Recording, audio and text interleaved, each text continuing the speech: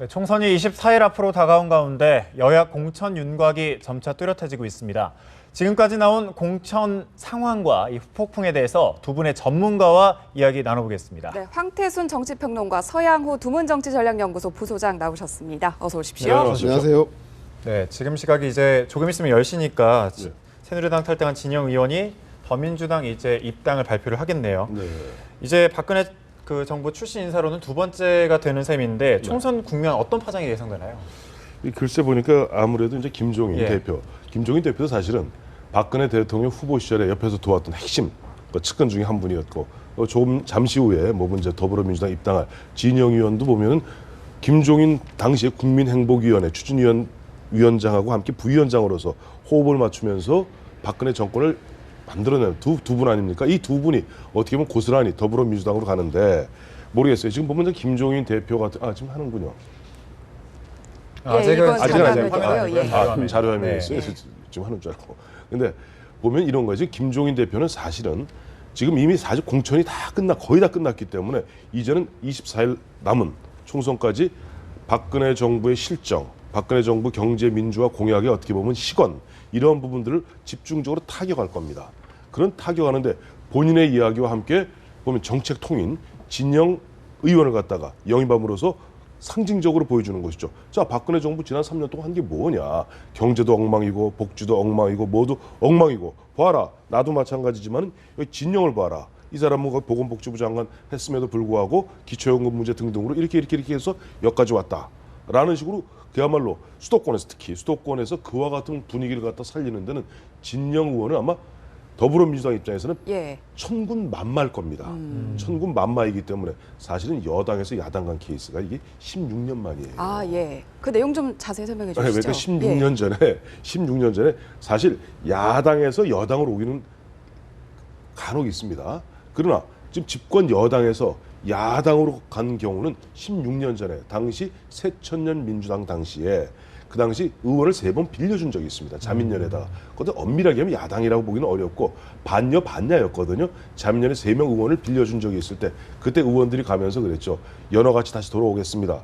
그 16년 만에 사실 집권 여당에서 야당으로 자리를 옮기는 그야말로 좀 참 어떻게 보면 기념비적인 사건이 생겼는데, 그런 부분들을 갖고 지금 10시에 딱 맞추어서 진영 의원의 어떤 입당 이 부분에 대해서 한번 기자회견을 할 것 같습니다. 네, 뭐 앞서서 야당 입장에서는 천군만마를 얻은 것과 같다 이렇게 얘기를 해주셨는데요. 그렇다면 진영 의원이 더민주에서 어떤 역할을 하게 될지도 궁금한데요. 일단 저는 이번 선거에서 야당에서 더불어민주당에서 기선을 제압했다고 생각이 듭니다. 네. 그래서 비민주적인 친박에 의한 비박계 학살 공천, 이 공천의 비민주성의 문제를 하나의 공천의 핵심적 이슈로 끌고 가겠다라는 게 더불어민주당에서 진영 전 장관을 영입하면서 포석으로 갈 것 같고요. 또 하나는 김종인이 경제민주화라고 한다면 진영 장관은 그 여당의 복지 문제, 복지부 장관 복지 문제를 전문가이기 때문에 경제 문제 플러스 복지 문제조차도 박근혜 정부 실정을 중심적 이슈로 가져가겠다, 이런 문제일 것 같습니다. 즉 그래서 대통령을 둘러싼 진박대 전체적으로 그 비박과 야당과 국민이라고 하는, 그래서 박근혜 정부를 최소화시키는, 그리고 박근혜 정부를 반대하는 전체 진영을 크게 만드는, 그래서 전체적으로 야권의 지형을 유리하게 만들겠다고 하는 이 선거 구도상 유리하게 끌고 가겠다는 의도도 있는 것 같습니다. 네, 지금 뭐 기자회견이 진행되고 있다는 점을 지금 화면을 통해서 확인할 수가 있는데요. 기자회견에서 좀 중요한 내용이 나오면 추가로 좀 그러니까 짚어보도록 하고요. 잠시 진영 의원이 사실은 보면 박근혜 대통령이 2004년, 지금 정확히 12년 전입니다만은 당시 이제 천막 당사 치고 했을 때 그 무렵 직후에 박근혜 대표의 초대 비서실장이에요. 대표 비서실장. 그 진영 의원 뒤에 지금 보니까 뒤에 백그라운드 백보드가 더불어민주당으로 나온 거 보니까 이래서 정치라는 것은 무상한 것이로구나. 앞서 우리 서 소장 말씀하신 대로 지금 야당 입장에서는 계속해서 물론 공천 과정에서 비민주성도 비민주성이지만 그 비민주성으로 따지면 사실 더불어민주당도 비민주적인 마찬가지였어요. 문제는 뭐냐니까 박근혜 지금 김종인 대표의 구상은 그겁니다. 자, 이제 오늘 내일까지 다 정리되고 나면 24일, 25일 후보 등록하잖아요. 31일부터 본격적 선거 운동입니다만은 후보 등록이 끝나면 그때부터 선거 운동이라고요, 사실상. 그때 포커스를 갖다가 정책으로 집중하는 겁니다. 다른 문제로 집중하지 않고 정책으로 집중하면서 정책 중에서도 경제, 마치 1992년이던가요? 그 당시 클린턴하고 조지 부시 대통령하고 선거 때 문제는 경제야 이 바보야. 지금 그 패러다임, 그 캐치프레이즈를 갖다 지금 더불어민주당에서는 박근혜 정부를 향해서 쏠라 그러는 거거든요. 거기에 보면 지금 진영 전 장관만한 인물이 없죠. 네, 지금 공식 기자회견이 진행되고 있는 중이니까요. 그 결과 그리고 어떤 내용, 핵심 내용이 나올지 그 내용을 좀 추가로 전해지는 대로 전해드리도록 하겠고요. 잠시 진영 의원의 더민주 입당 관련 소식을 좀 중점적으로 짚어봤고 어제 있었던 새누리당 공천 발표 내용도 좀 집중해서 살펴보겠습니다. 가장 큰 이변이라면 친박계 핵심인 김재원 의원이 경선에서 패배했다는 점을 꼽을 수 있을 텐데 지금 친박계에서도 참 지금 여러 가지로 입장이 좀 신나할 것 같다는 네, 생각이 그렇습니다. 드는데요. 공교롭게도 예. 윤상현 특보, 그다음에 주호영 특보, 그래서 대통령의 정무특보 3인방이 모두 낙선했습니다. 이유는 다양하게 막말 파문이라든가 내지는 네.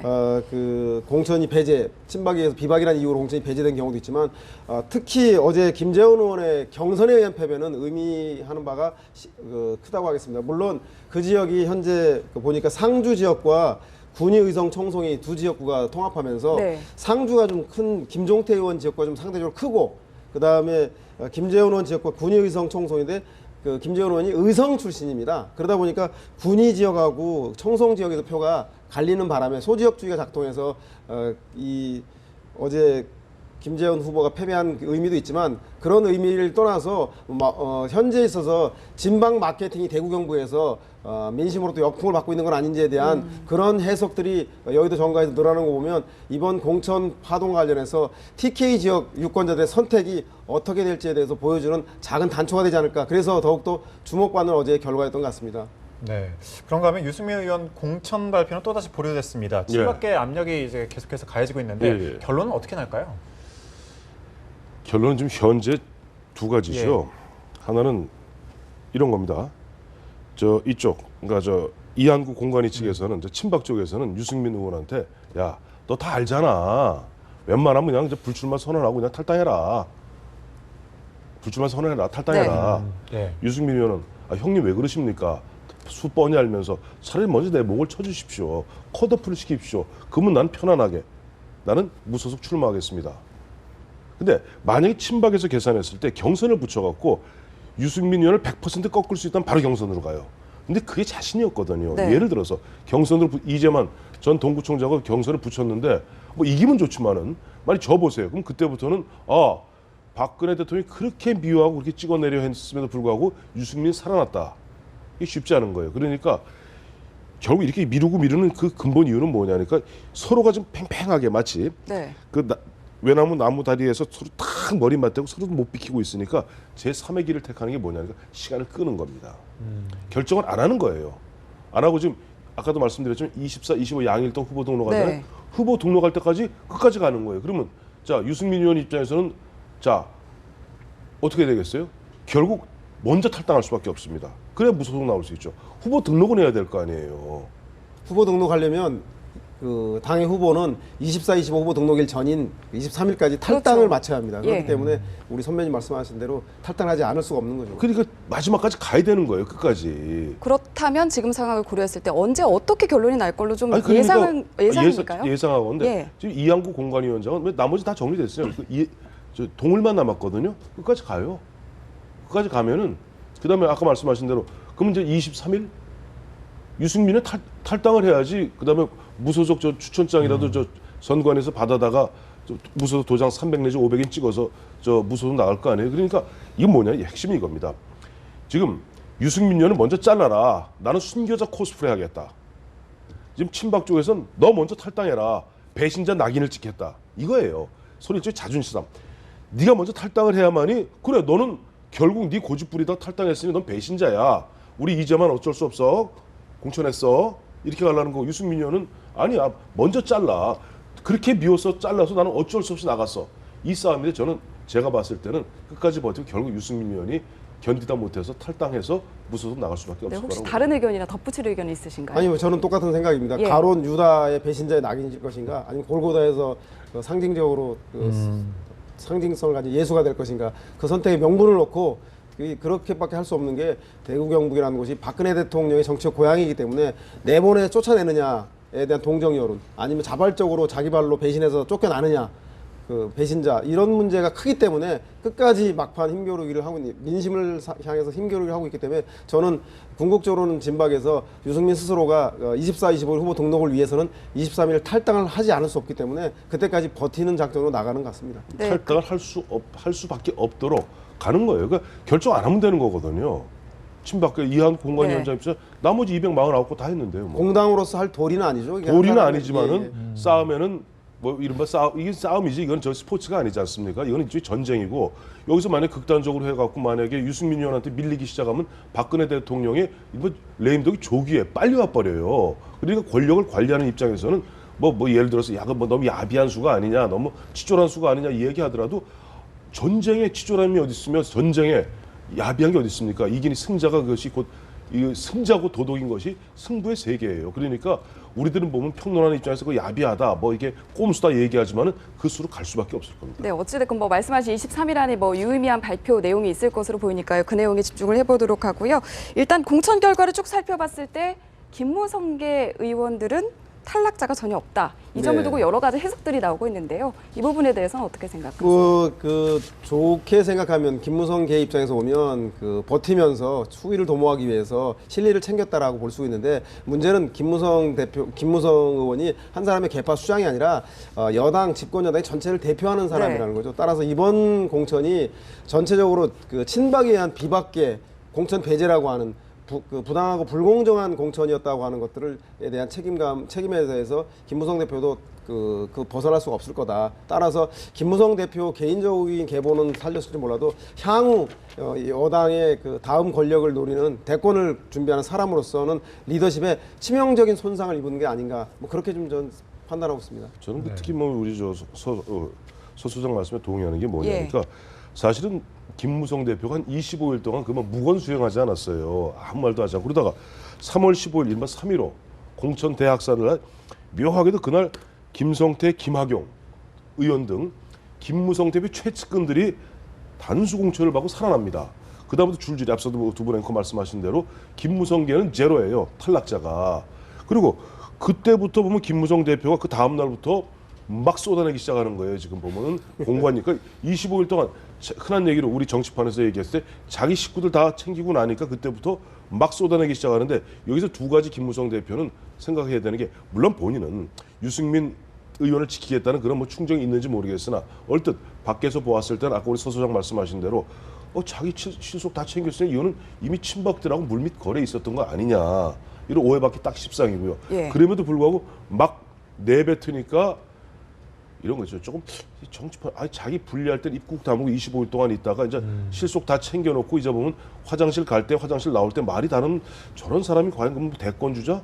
이거 좀 갸우뚱하기 시작하거든요. 그러니까 대권 주자라면 무릇 자기 이미지 관리를 굉장히 신경 써야 됩니다. 이미지 관리에. 그런 부분에서 모르겠어요. 의원들 실속 한 8명 의원들 자기 계파 의원들 챙겼을런지 모르지만 이미지 면에서는 상당한 손해를 봤을 겁니다. 뭐 일각에서는 그래도 혹시 뭐 이 상황을 반전시킬 만한 카드를 갖고 있는 것 아니냐 이런 얘기들도 나오던데요. 없어요. 전혀 이 싸움은 없습니까? 지금 아까도 지금 전체 지역구 253개인데 네. 그중 249곳이 사실상 결정된 거나 마찬가지입니다. 뭐냐니까 여론조사하는 분 뚜껑만 까면 되니까. 그리고 나머지 2개인가 3개 지역은 호남 지역이 거기는 원래 공천 신청자가 없어서 거기는 안 해요. 딱 남은 데가 대구 동을 하나입니다. 대구 동을 하나인데 이 문제는 김무성 대표에 끼어들 공간이 있는 데가 아니에요. 이건 유승민 의원과 어떻게 보면 박근혜 대통령 간에 물러설 수 없는 자존심 싸움입니다. 그렇기 때문에 여기 김무성 대표 괜히 숟가락 하나 얻는다고 될 일도 아닙니다. 그렇죠. 그래서 유승민 의원 문제, 영리에 관련된 문제이기 때문에 제가 보기엔 타협과 협상의 대상이 아닐 것 같고요. 다만 지금 현재 얘기했던 분들 7명, 8명 배제됐던 핵심적인 단수 우선 추천 지역 대상자 중에서 탈당한 분을 제외하고 지금 현재 이재호 의원하고 주호영 의원 두 분이 아주 친박 비박 최고위원회에서도 머리가 아픈 지역에서 혹시 이 두 분 중에 한 분 정도를 좀 협상 카드로 지금 협상이 진행되고 있는 건 아닌지 좀 지켜봐야 될 대목이 같지만 이번 공천은 뭐니 해도 유승민으로 시작해서 유승민으로 끝나는 친박계 비박계 학살 공천이냐를 가늠하는 중요한 핵심적 포인트가 유승민 의원에 대해서는 전혀 손을 못 쓰는 그런 처지가 김무성 대표 현재 처지인 것 같습니다. 네. 또 윤상현 의원, 새누리당이 무공천으로 어떻게 좀 구제에 나서는 거 아니냐 이런 말도 있는데 사실 뭐 내일 이제 해당 지역구의 후보자를 재공모하기로 했는데 네, 만약에 내일까지 뭐 제일까지 재공모하면 안 된다고 하면 어떻게 예상이 될까요? 네. 왜 재공모하면 왜 없겠어요? 만약에 네. 재공모했는데 이렇게 해야죠. 내일 저녁쯤 이렇게 이한국 예를 들어 공관위원장이 재공모했는데도요 공모하는 사람이 없어요. 그래서 할 수 없이 무공천으로 할래요. 그러는 순간 정확히 10표 날라갑니다. 아니 수도권에 10표 날라가요. 열석이죠. 열석이 날라가요. 10표가 열석이 날라갑니다. 이거는 어쨌든 간에 물론 친박들 입장에는 윤상현 의원에 대해서 굉장히 동정적이에요. 아니 못할 말 했나. 봐라 지금 김무성 대표 최근에 하는 거 봐라. 그때 이 문제 처음에 발단이 뭔고? 말단이 바로 김무성 대표가 정두원 의원을 불러놓고 말이죠. 내가 40명 공천 살생부 설 받았다. 그리고 그걸 찍어내라 그러는데 내가 안 찍히고 정의원 내가 지켜줄게. 그 이야기를 듣고 정두원 의원이 격분해서 그야말로 술 먹고 자기 아는 지인한테 뭐 예를 들면 제가 뭐 예를 들면 서영호 소장한테 전화 걸어서 우리끼리 얘기한 걸 누가 녹음해 갖고 가서 터뜨려서 문제가 된 거예요. 그러면 친박들 입장에서 그 이야기를 또 가만히 있으면 그게 거의 친박이냐.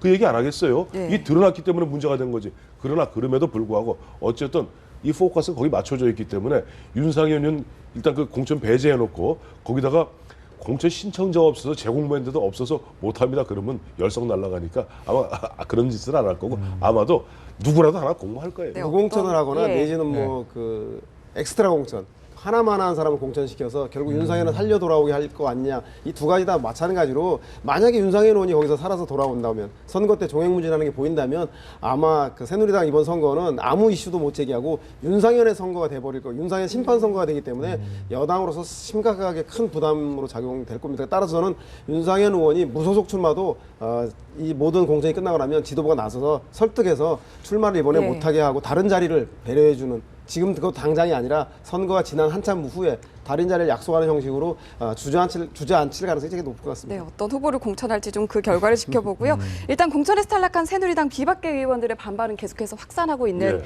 상황인데요.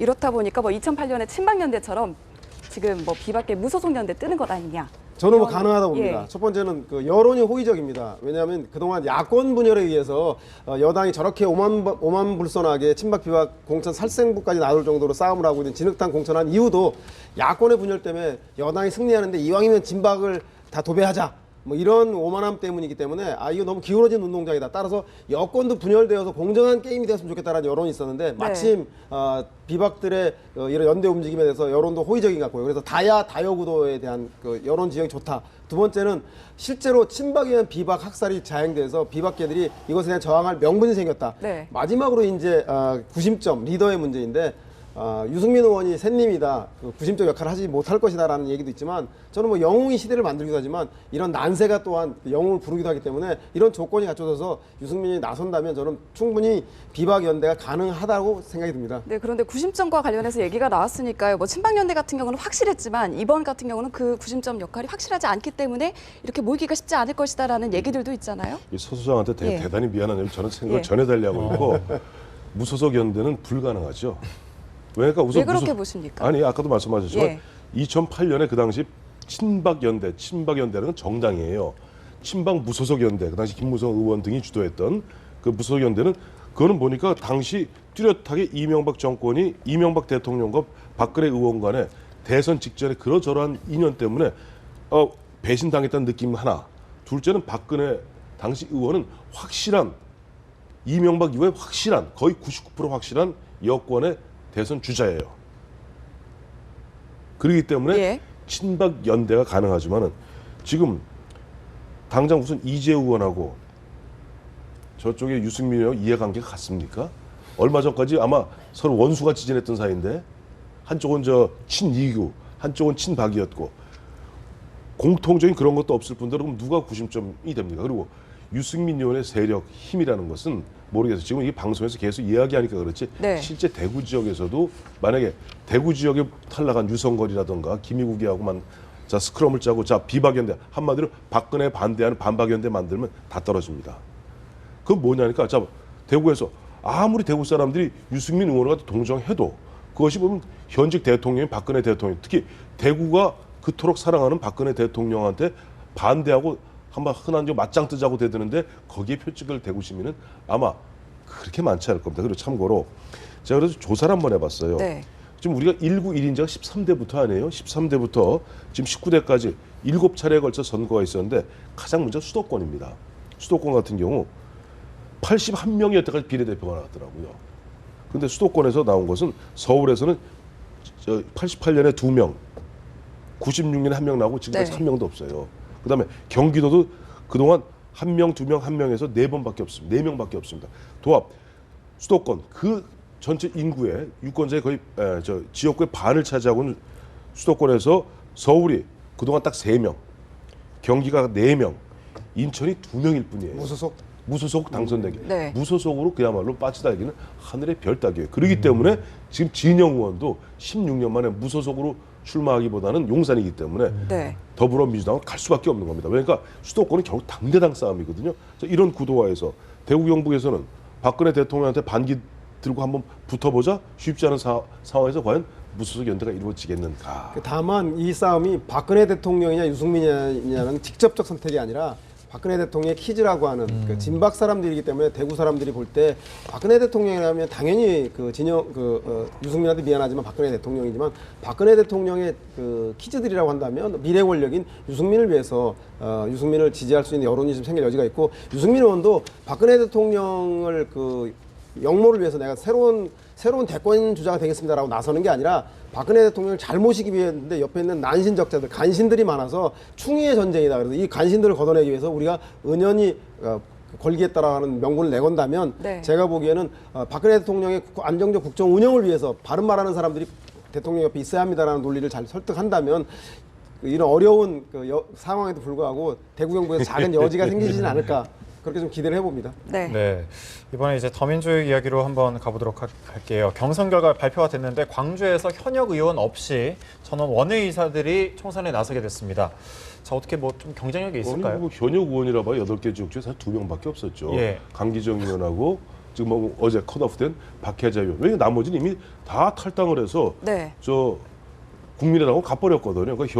가버렸고 그 더불어민주당 입장에서는 이번에 현역 의원 박혜자 의원하고 강기정 의원은 초기에 컷오프했죠. 네. 그러면서 새 인물을 갖다 양양자식 등 새 인물을 넣어갖고 좋다. 지금 국민의당으로 가 있는 원래 더불어민주당 사람들 그 사람들하고 세대 교체. 사실은 뭐 대구도 마찬가지고 광주도 마찬가지고 지난해 12월까지 여론조사를 해보면 교체 지수가 제일 높았습니다. 교체 지수는 뭐냐니까 광주나 대구에 공통점이 있어요. 그게 예전 같으면 광주 같은 건 2번은 무조건 되고 대구는 1번은 무조건 되고 그러다 보니까 의원들이 일을 안 합니다. 의원들이 노력을 안 합니다. 그러니까 당 지지율은 무지하게 높은데 그 당 지지율은 의원들 지지율은 낮아요. 이 차이가 교체 지수거든요. 가장 교체 지수가 높았던 것이 전국에서 이제 1등이 광주입니다. 네. 2등이 아마 대구쯤 될 거예요. 근데 광주에서 그 의원들이 다 빠져나갔으니까 지금 더불어민주당 입장에서 좋다. 광주의 민심은 지금 단순히 문재인이 밉다, 친노 패권주의 밉다 이 차원을 떠나서 그거는 그거고 좀 의원들 좀 물갈이 한번 해보자 이런 욕구가 강한데 자 우리는 새 인물 양양자를 비롯한 새 인물이다. 자 지금 국민의당에 있는 사람들은 어쨌든 이러고 저러고 합니다만은 과거의 의원들 하던 사람들이 중심이거든요. 자 변화를 할래, 정치할래.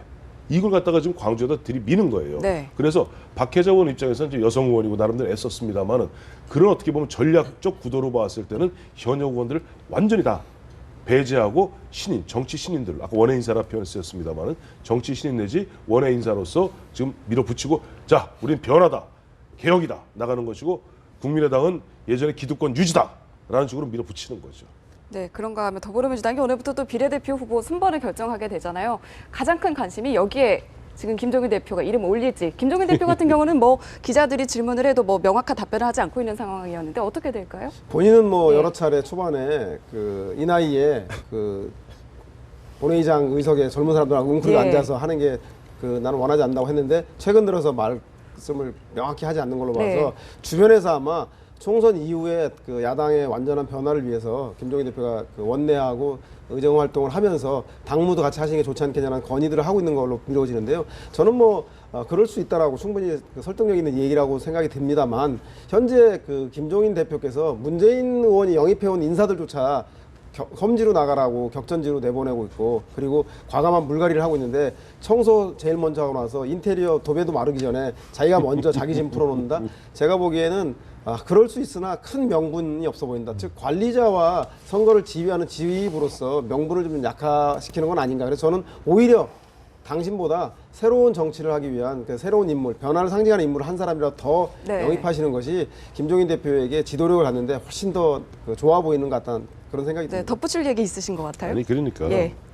우리 저 서 소장이 보면 굉장히 보면은 그 학구적이세요. 그리고 보면은 뭐 이상적인 얘기죠. 사실은 보면 맞아요 저 말이. 근데 문제는 제가 얘기했잖아요. 정치의 현장은 우리 아름다운 스포츠의 현장이 아니라니까요. 올림픽 현장이 아니에요. 반칙하면 안 되고 그야말로 더 높이, 더 빨리, 더 멀리 이런 데가 거기는 전쟁터입니다. 총칼이면 전쟁터. 거기에서 지금 김종인 대표 입장에서는 뻔한 거 아니에요. 지금 처음에 아까 말씀대로 아이고 내가 내 나이 이 나이에 77 나이에 내가 쭈그리고 앉아갖고 하겠나. 요즘 시간이 바뀌었잖아요. 내 나이가 어때서. 그다음에 내 나이가 어때서. 그럼 앞으로 우리 정권 정권을 우리가 탈환하는데 수권 정당이나 표현했어요. 수권 정당화되는데 내가 역할이 있다면 해야 되는 거 아니야? 기자들은 어떻게 생각해?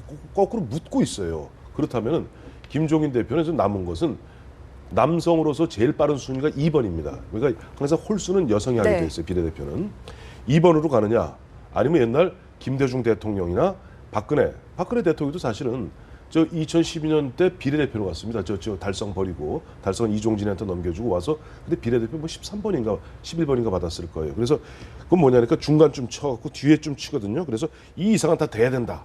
그러면 14번으로 가느냐. 아마 김종인 대표 입장에서는 남성이 제일 먼저 순위인 2번이냐 아니면 약간 뒤에 걸친 벼랑 끝인 14번이냐 이 선택만 남은 것 같습니다. 네. 네.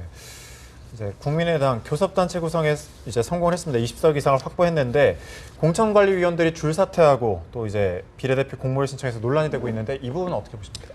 그래서 아까 이제 우리 소 소장님께서 말씀하셨습니다만은 말로는 안 되는 얘기예요. 보면 이태규 그래 저 공천 관리하고 말이지 그 심판 보던 사람이 갑자기 옷 후닥닥 벗고 나도 뛸래 그러고 뛰면 그 뭐가 됩니까? 우리 관객 입장에서는 심판이 열심히 하다 말고 갑자기 운동복 갈아입고 뛰는 거하고 똑같은 꼴인데 현실적으로 이태규 위원장 등 보니까 그렇다고 뭐 지역구 나가는 경쟁력이 있는 것도 아니고 또 원래 지역구 관리하다가 포기하고 왔거든요. 그러니까 일단 비례대표로 달겠다는 건데 국민의당이 묘한 게 하나 있습니다. 어떤 부분인가요? 지역구는 어렵고 비례대표는 예. 쉽습니다. 지역구가. 그게 진짜 극단적으로 지금 안철수 의원이 지금 뛰고 있는 저 노원병지죠. 노원병 같은 경우도 거기 보면 저 더불어민주당도 후보가 정해졌어요. 황창한가요? 황창하로 정해졌고 좀 저쪽에 이준석. 여론조사에 뭐 비등비등합니다. 자칫 잘못하면 이거 안철수 대표도 떨어지는 거 아니야? 이럴 지경인데 비례대표는 어쨌든 국민의당이 계속 존치 않은 한은 최소한 10에서 15% 나오거든요. 정당 지지율이. 그러면 47석이 비례대표이기 때문에 15를 곱해버리면 0.15를 곱해버리면 대략 한 7, 8번까지가 비례대표 국회의원이 됩니다. 네.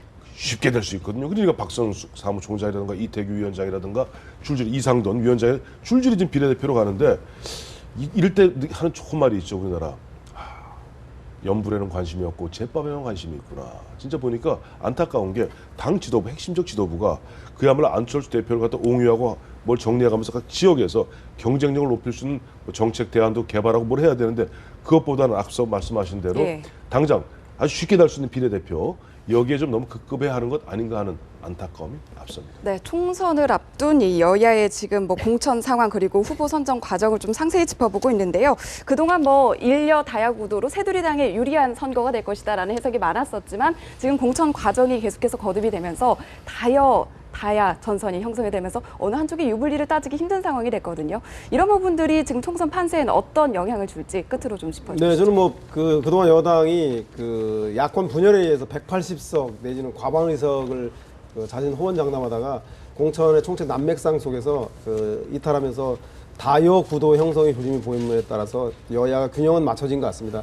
결과적으로 저는 다양한 후보들이 나옴에 따라서 인물 변별력이 사라지고 역설적이게도 정당 선택의 선거 구도가 더 강화될 것이다. 따라서 야당이 이번 문제를 인물 선거가 아닌 정당의 선택에 대한 구도 문제, 재벌과 기업의 편을 드는 여당을 찍을 것인가 아니면 일하는 서민의 편을 찍을 것인가의 예. 야당이냐. 이 여야의 경제를 둘러싼 입장 차이를 분명히 한다면 전 이번 선거가 정당에도 유권자에도 도움되는 선거가 되지 않을까. 그래서 다야 구도가 유권자에게 나쁜 선택만 아니라고 저는 평가하고 있습니다. 네, 지금까지 나온 공천 결과를 바탕으로 좀 얘기를 나눠봤는데요. 뭐 오늘 내일 사이에 또 유의미한 무슨 발표가 있을 것으로 예상이 되니까요. 오늘 일요일 날 정신 없습니다. 그러니까 예. 일요일 되면은 언론들이 확 포커스를 맞추고 있거든요. 네. 그러니까 정당도 그걸 알기 때문에 모든 뉴스를 일요일 날 쏟아냅니다. 네. 긴장하고 보십시오. 네, 긴장하고 좀 지켜보도록 하겠습니다. 오늘 말씀 여기까지 듣겠습니다. 고맙습니다. 고맙습니다.